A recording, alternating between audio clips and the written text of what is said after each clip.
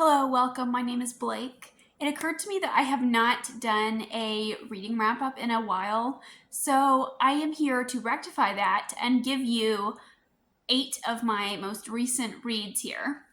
And up first, I have Fated by Benedict Jacka, and this is the first book in the Alex Verus series.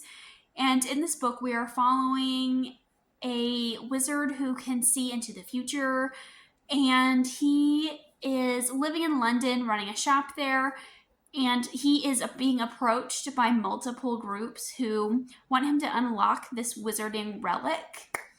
And from there, he gets involved in a lot of politics because of these groups. Now, you're probably thinking that this sounds very similar to the Dresden Files, and you would be absolutely right. I feel like I am a little unsure about how to talk about the series or recommend it because of that comparison.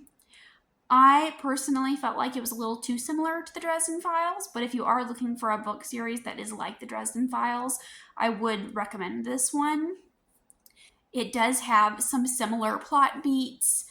They're both shopkeepers, they are both involved in larger politics, but they do differ slightly. And in this one, we are following a wizard, and he's not a very powerful wizard. He can see the future. And while I like that aspect, I do feel like being able to see the future makes wizards a little too hard to beat, because they can see all of the alternatives. But I do like the way it's presented in this book, where he says that seeing the future is not always accurate. And we kind of go through that just because there are various possibilities, or he thinks that he knows the future and someone will change their mind last minute, and various choices do result in different outcomes. And I do think that was really interesting. We do have a larger world, there are set rules, and I do like those aspects. I do think that the female characters are treated a little better in this book. If you don't like the male gaze of Harry Dresden, I would probably recommend this one because the male gaze is not too heavy. And of course, in this one, we do have some interesting side characters as well, similar to Dresden Files. I feel like I couldn't help but to compare the series of Dresden Files to this book while I was reading it, and I feel like this one just didn't quite live up to my love of Dresden Files. I ended up giving this one 3 stars, but I still had a good time with it, and I am planning on continuing on with the series. Up next, I have The Hedgewitch of Foxhall by Anna Bright. And in this one, we are following Fionn, who is a young hedge witch who is taking care of the villagers in this small town. And the magic in this world is dying, and Fionn wants to bring the magic back. And there are also 2 princes that are vying for the throne, and she gets kind of wrapped up in their story. And I had a really good time with this one. I really love Fionn as a character. She's not a typical YA heroine that we tend to see. She is very kind, very gentle. She is very dirty. She sleeps in the woods. She has a little fox familiar. And she doesn't really care a whole lot about her physical appearance. She's often covered with dirt and has twigs in her hair. And I did really like her personality. She has more of kind of a quiet strength that I really like in characters. And also, she's not a very good witch, which I really like that aspect. She really does tend to struggle with the magic over the course of this book. And she's not sure if she can bring magic back, but she wants to try anyway, and I liked that aspect.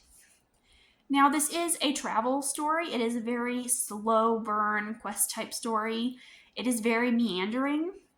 So if you don't like slow meandering stories, I don't think this one's going to be for you. It's not an action-packed, plot-driven story or anything of that nature. It is very slow, and we are following just these characters as they are on this mission. That's it. And it feels very cottagecore-esque. I loved the descriptions of the settings. It takes place in a Welsh setting. And I was reading it, and my mind kept going to that movie, The Secret of the Kells. I just loved the landscape and the scenery and the descriptions. It felt very atmospheric. And I will say I was very concerned going into this book. I wasn't even interested in it because I just hadn't heard a lot about it, and I had read the summary, and it said that it was going to be very heavy on the love triangle aspect, and I'm very put off by a love triangle. And I picked this up because it was available at my library, and it does have a really beautiful cover. So I decided to just give it a try, and I ended up giving it the 4 stars. I only had one major complaint though, and that was the love triangle itself. The third person of the love triangle isn't really introduced until almost, I don't know, more than the halfway point. It was like 60% of the book when Fionn finally interacts with the other arm of the love triangle. I feel like it felt forced and rushed, and I didn't like the love triangle aspect at all. I feel like I knew who Fionn was going to end up with. I actually think it would have made a lot more sense for there to be no romance in this book, because that's not Fionn's objective. She doesn't even seem romantically interested or seem to care about romance. So I just feel like the romance felt forced on both sides of the love triangle. So I did not really enjoy that aspect. However, I did enjoy the other things enough, and I will definitely be checking out other things by this author. Next up, I have Red Country by Jo Abercrombie. And in this book, we are following Shy South and her useless stepfather as they are hunting down a band of individuals that burned their farm down and took Shy's younger siblings. And this book, I don't know what happened. I had very mixed feelings about this one, and I was not having a good time for a large chunk of this book. I ended up giving it 3 stars. I enjoyed the beginning of this, and I enjoyed the end of this. I really liked seeing some of the characters that we got kind of reintroduced from other books. We got some explanations for what happened to some characters, and we just kind of get to see some subtle nods and references to them, which I do love. That's one of my favorite things about Abercrombie's books. But I feel like the middle of this book was a slog for me to get through. And I ended up just feeling really conflicted. I did not enjoy the characters, the new characters in this book that we were introduced to. Shy and Temple, I didn't care. And we had a character from Best Served Cold who makes an appearance in this book. And I feel like he didn't even feel like himself. He's introduced rather early, and we do see him a number of times, but I feel like I really loved his character in Best Served Cold, and I feel like I didn't really like his character here. He just didn't feel like himself. Overall, I feel like this book just had a very different tone than the other Abercrombie books, and it felt much smaller in scale as it is a standalone, and we were just following a couple of key players, and it almost felt more like a Western, really. And I feel like maybe I just wasn't loving that aspect. Next, I have A Tempest of Tea by Hafsah Faizal, and this is another YA fantasy. We are following our main character, Arthi, who runs a criminal empire. She runs a tea shop during the day, and at night, this tea shop turns into a blood den for vampires. And when her shop is threatened, she has to perform a very dangerous heist and steal from some vampires. And so she is getting a crew together. I've seen a lot of comparisons to Six of Crows for this book. I feel like the Six of Crows comparison is very inaccurate. I didn't really care for the characters in this book. I didn't really feel attached to anyone. I didn't particularly like any of these characters. And I wasn't really sure what was motivating them, because we only get POVs for 3 of the 5 people on the crew. And I feel like it would have made more sense to have POVs from all 5 of the crew members. And also, they don't really spend a lot of time planning the heist. And then they plan the heist and do it all very quickly. And it just felt too rushed. The whole thing felt a bit rushed. Cool concept, but it all just fell flat for me in the end there. Also, there are random Arthurian references thrown into this book, Arthie has a pistol that is supposed to be like Excalibur, and it didn't make sense. And there were also references to scientists experimenting with coconuts. And again, I feel like that didn't really make sense. Anytime that there was an Arthurian reference or a coconut reference, I was just pulled out of the story. It just didn't feel like it belonged. It felt like a mashup of a lot of different odd things. And overall, the pacing just felt off. I almost felt like I was reading two different stories. And I ended up giving this one 2 stars. I will not be continuing. I don't think Hafsah Faizal is an author for me. Next up, I have 5 Broken Blades by May Corland, and this is yet another heist story. And we are following a group of 6 morally questionable individuals as they are attempting to kill a god king. Now, this book, I had a number of nitpicks about it, but I ended up having a really good time reading it. So getting into those nitpicks, I read the author's note at the beginning of the book, and it's supposed to be inspired by an Asian setting, and I really couldn't tell you that because the setting wasn't very particular. We also had what sounds like an interesting world, but we didn't have very much world building going on. And there is magic in this world that we know of, but again, it's not explained. And I felt like this book was going to be really dark, and it wasn't as dark as I was expecting, given the amount of trigger warnings at the start of this book. So I do wish it was darker. I do wish that we had more world building, more magic building, just more of everything, right? I felt like we had a lot of great concepts, but then I feel like the delivery was just a bit off. And I feel like this is feels like a YA book with older characters. But again, I still had a really great time with it. I read it all in one sitting. I flew through it. It's very plot driven. We're just going from one action scene to the next. And we're following them as this group is getting together and working to kill this god king. And it was a lot of fun. It just pulled me out of a reading slump. It was exactly what I wanted at the time I read it. Now, that being said, I did not know that this was going to be a fantasy romance, and it is.